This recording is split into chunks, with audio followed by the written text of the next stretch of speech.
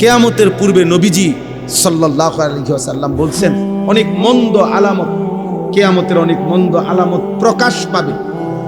যেমন মদ পান বেড়ে যাবে, হত্যা খুন বেড়ে যাবে, নাচ গান নর্তকীর বাদ্যযন্ত্র বেড়ে যাবে, মায়ের নাফরমানি বেড়ে যাবে, বাবার অবাধ্যতা বেড়ে যাবে, বন্ধুদের আড্ডা বেড়ে যাবে, রাষ্ট্রীয় সম্পদ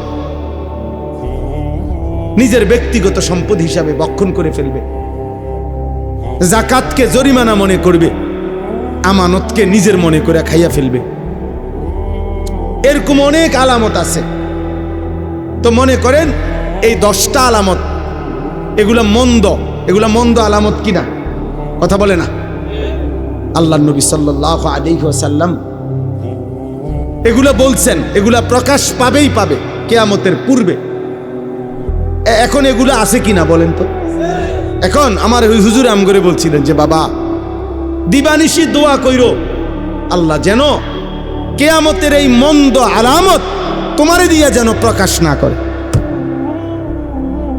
আমার স্পষ্ট মনে আছে হুজুর এটা বল। মনে করেন এটা কিয়ামতের আলামত যে কিয়ামতের পূর্বে মায়ের নাফরমানি সন্তান বেশি করবে, তো আল্লাহর কাছে চাইতে হবে মাওলা ওই সন্তান আমারে বানায়েন না যে সন্তান তার মার নাফরমানি। কিয়ামতের পূর্বে মদ নেশা জুয়া বেড়ে যাবে। হুজুর বলতেন দোয়া করবা আল্লাহ আমারে সেই যুবক বানায়েন না যে মদ পান করবে, নেশা করবে, জুয়া খেলবে। তাহলে কিয়ামতের এই চিহ্ন তো আপনি আমারে দিয়ে দেখাইলেন,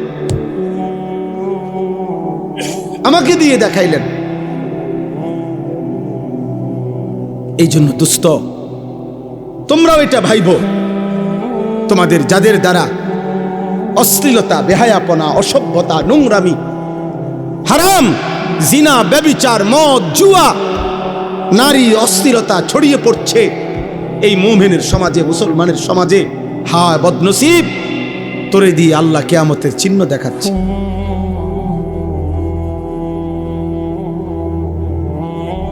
তোমাকে দিয়ে আল্লাহ তাআলা কিয়ামতের চিহ্ন দেখাচ্ছে। বেঈমানের অনুসরণ বেড়ে যাবে।